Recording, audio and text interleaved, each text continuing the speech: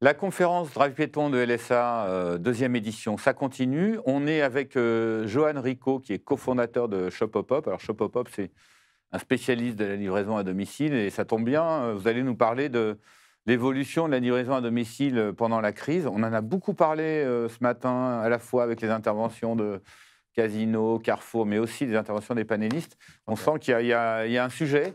C'est Y compris, d'actualité. y compris pour le drive piéton, voilà, et c'est même un sujet et une demande et une attente des consommateurs. Alors, vous allez pouvoir nous en parler. Merci, Joanne, d'être là. D'abord, peut-être quelques mots, j'imagine, sur Shopopop. Ouais, bon, j'ai pris une petite slide, Ouais, donc je ouais, fais un petit aparté dessus, mais merci allons-y.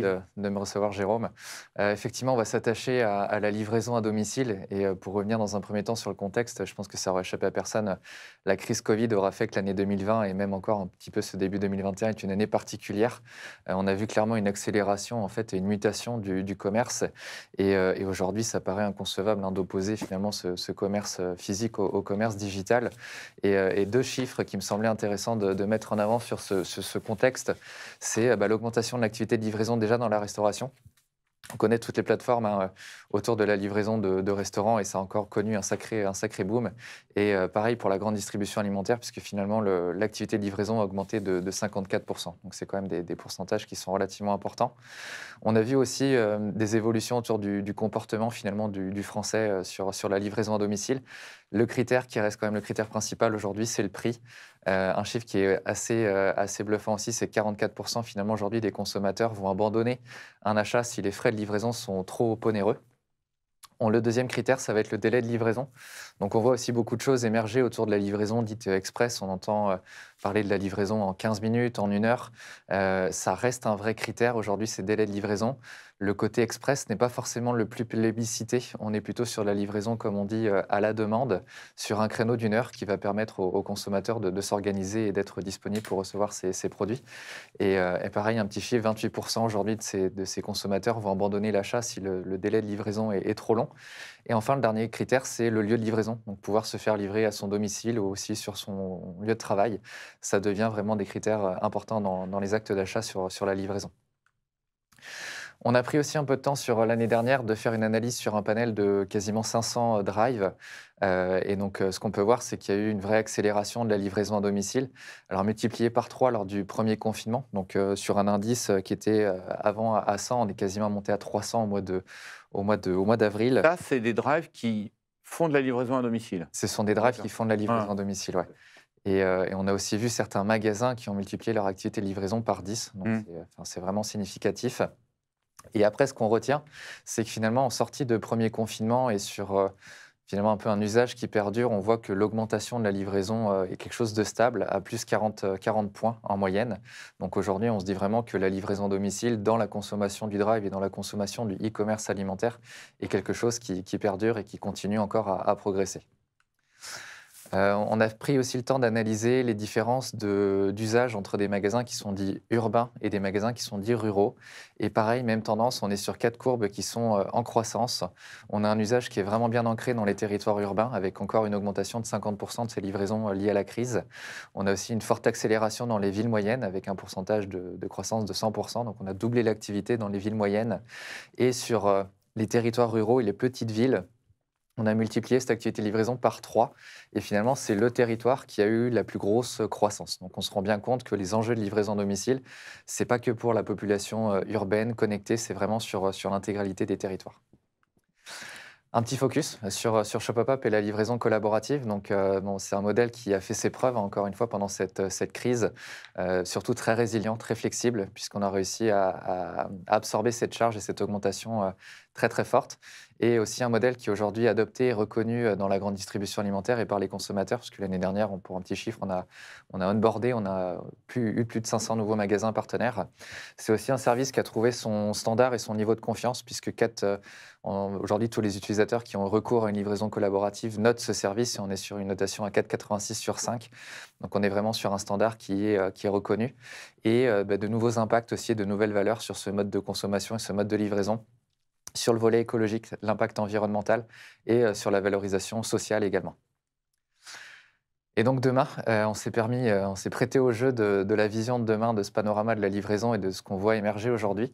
Le premier, c'est que déjà sur toute la matinée, finalement, ce qu'on voit, c'est que la livraison à domicile, c'est pas quelque chose qui va faiblir. Il y a encore plein de nouveaux sujets. Un vrai point d'attention sur les modèles dark, alors sur tout ce qui va être l'ubérisation, les dark stores, je pense qu'on y On rediscutera va en peut-être un peu parler, ouais. plus. Et puis, une vraie force aussi, c'est que le retail alimentaire français, il est clairement unique. On a commencé, nous, à se développer sur des pays en Europe et on voit que le modèle français est vraiment particulier. Le drive, c'est quelque chose qui est très, très français, qui marche très, très bien. Et finalement, l'association du phygital, donc le digital plus le magasin, ça laisse de beaux jours encore sur le territoire français à ce modèle de consommation. Alors, merci, hein, merci. Moi, j'ai deux, trois questions. D'abord, pour réagir à ce qu'a présenté Frédéric. En fait, on voit que la LAD, OK, c'est un marché, mais ça reste un petit marché en France, finalement.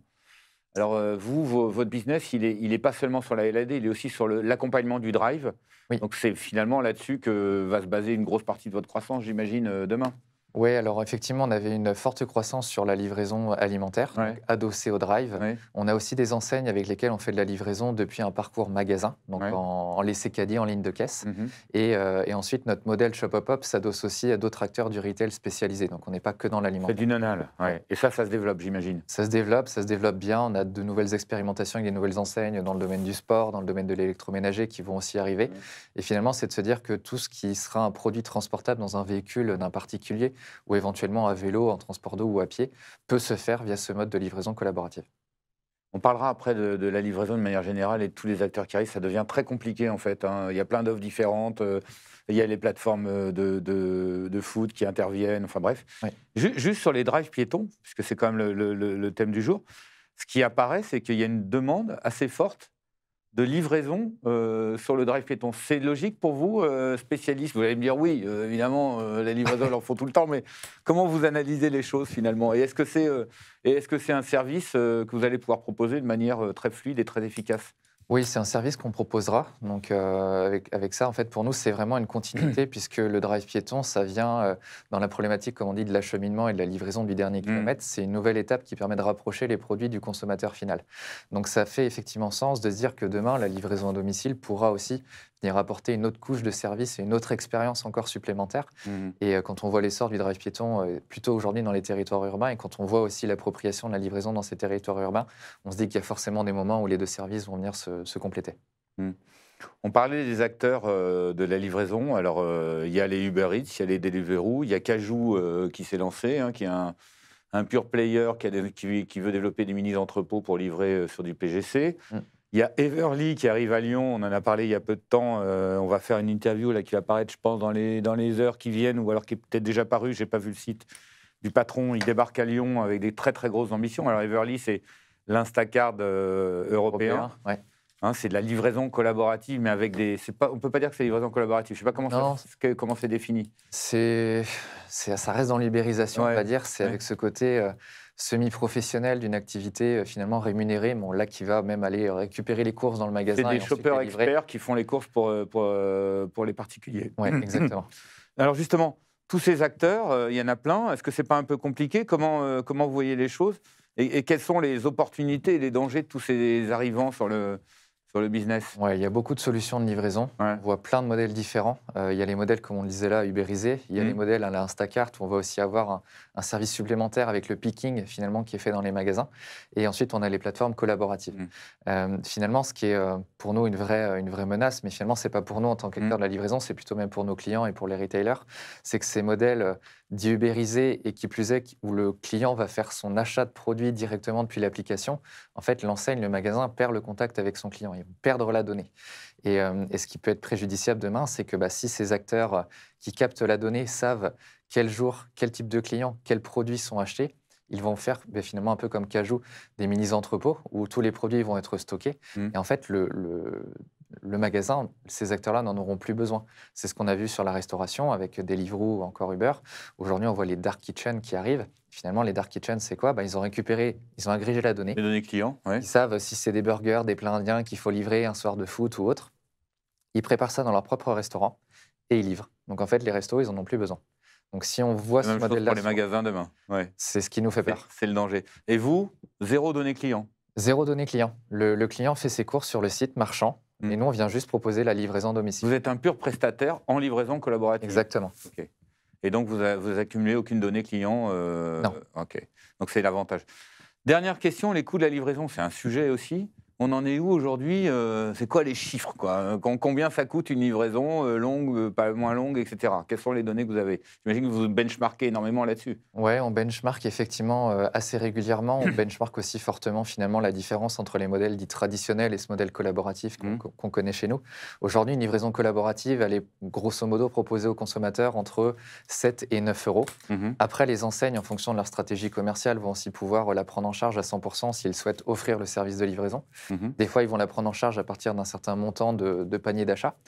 Et après, sur les modèles plus conventionnels et classiques, on va retrouver, on va dire, des ordres de grandeur de prix entre 10 et 15 euros, qui vont aussi peut-être permettre des fois d'aller chercher des paniers qui sont plus volumineux, avec des logiques de volume plus important.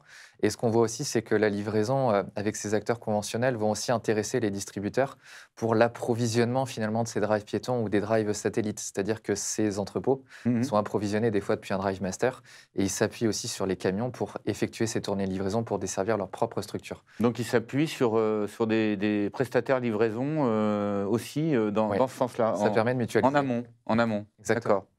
D'accord. Vous n'y pratiquez pas ça, vous n'êtes pas dans cette optique. Non, parce qu'on sera sur des volumes qui sont forcément beaucoup plus importants. Si on imagine, je ne sais pas, une vingtaine de packs d'eau, il faut un camion pour transporter ça. Donc on n'est pas du tout sur un usage pour un particulier. Dernière question, la professionnalisation des livreurs finalement, ou des collecteurs.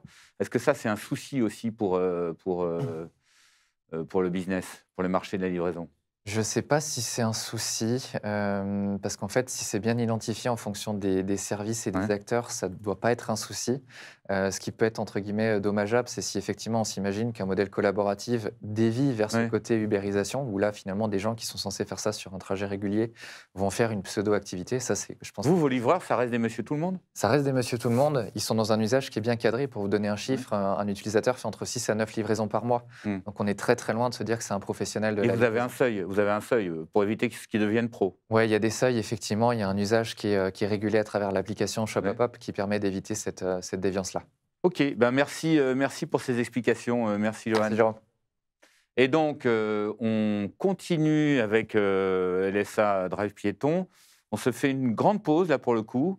Donc, on a 20 minutes devant nous. On reprend à 11h40. Je vous incite vraiment à vous rebrancher parce qu'on a beaucoup de choses encore à voir. On a des témoignages d'industriels. Je pense que leur rapport sera non négligeable, notamment sur toutes ces questions d'offres qu'on a vues, qui étaient clés quand même dans l'approche Drive Piéton. On a aussi encore un spécialiste du business qui nous parlera d'implantation. On se dit que l'implantation d'un drive piéton, c'est facile, qu'on n'a pas besoin de CDSC, mais en fait, il y a beaucoup plus de finesse que ça. Et il nous parlera notamment des finesses réglementaires et même des finesses géomarketing qu'il faut avoir en tête. Et on a, pour terminer, un témoignage d'un distributeur indépendant, donc c'est U, avec ce qu'ils font à Lyon, où ils ont bien capillarisé, et je crois que c'est un partenaire ShopUpUp, non? Ça n'est pas? Non. Alors, pas cette structure-là. Pas cette structure-là, mais Système U, oui. Ouais. Ok, mais peut-être que ça va le devenir. Allez, on ne sait jamais. Non, mais ils livrent eux-mêmes, donc je pense qu'ils n'ont pas besoin. Donc, à tout de suite, une petite pause d'une vingtaine de minutes. On redémarre à 11h40, donc 25 minutes, pour 3 nouvelles interventions. Merci, Johan. Merci.